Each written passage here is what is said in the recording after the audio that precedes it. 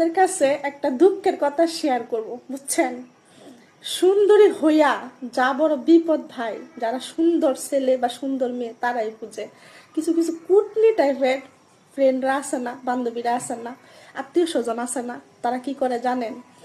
যদি আপনি তাদের সাথে একটু মানে কম কথা বলেন বা একটু চুপ থাকেন, বলবে কি, দেখ ভাবটা কি সুন্দর, যে ভাব লয় হয়েছে।